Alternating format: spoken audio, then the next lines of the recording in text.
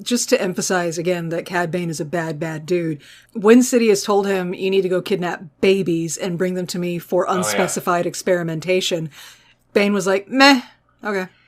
He doesn't care. He questions the strategy, not the ethical, moral implications, but like, it's like...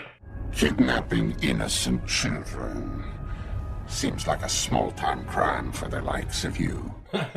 He's like, this is kind of a cheap trick for you, isn't it? Yeah. Like... You want to twirl your mustache while you do that, buddy? How villainous are you going for today? Yeah. Do you want me to steal their candy from them first? Like, he's very disdainful of the plot. And Sidious is like, I'm fucking paying you. Shut up. I'm like, all right. I'll do it. All right. There is one more bounty hunter. His name is Embo. Yay, Embo's my favorite. And Embo is voiced by Dave Filoni. The reason he's the voice of Embo is because he was trying to develop a language for Embo, because Embo's not speaking basic. Yeah. In, like, tinkering around and experimenting and stuff, one of his editors, Nick Anastasio, is French, and his kid would come visit him in the office, and so he had a bunch of kids' Smurf books in French in the office.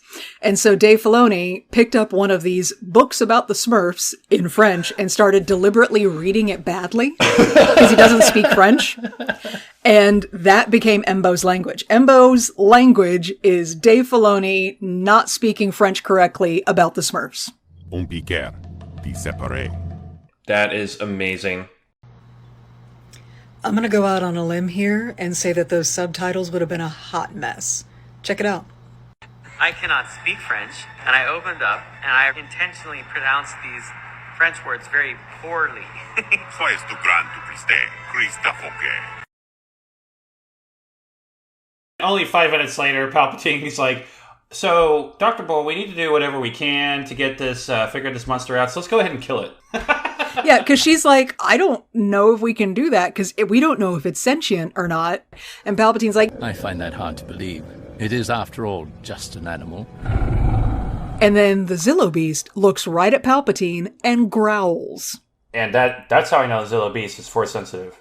I mean, it's described as semi-sentient. It is sentient enough to know a fucking threat to its life when it sees it. And it gets his scent in that moment, as it were. And I think you might be right. It might be a force sensitivity scent, because it is able to differentiate between Palpatine and other force users and other humans. Yep. So it will zero in on the dark side. On the Sith Lord, yep.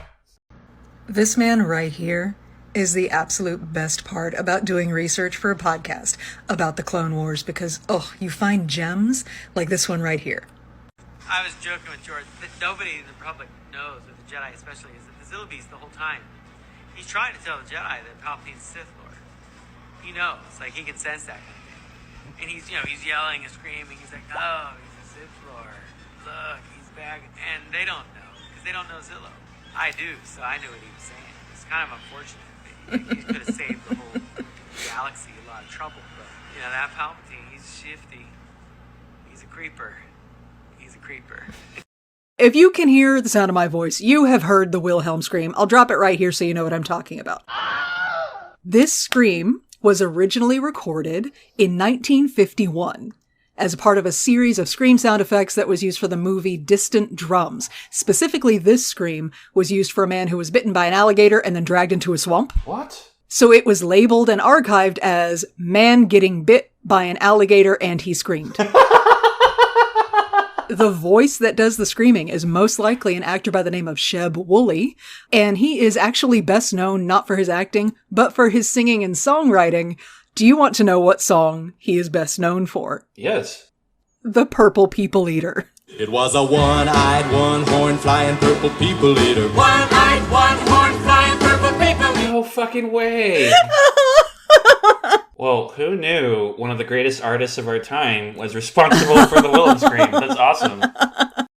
So this sound is named the Wilhelm scream because it's named after a character named Private Wilhelm, who was in a 1953 Western film called The Charge at Feather Ridge. He gets shot in the thigh with an arrow and screams, and this scream track from the man getting bit by an alligator is what they used for that.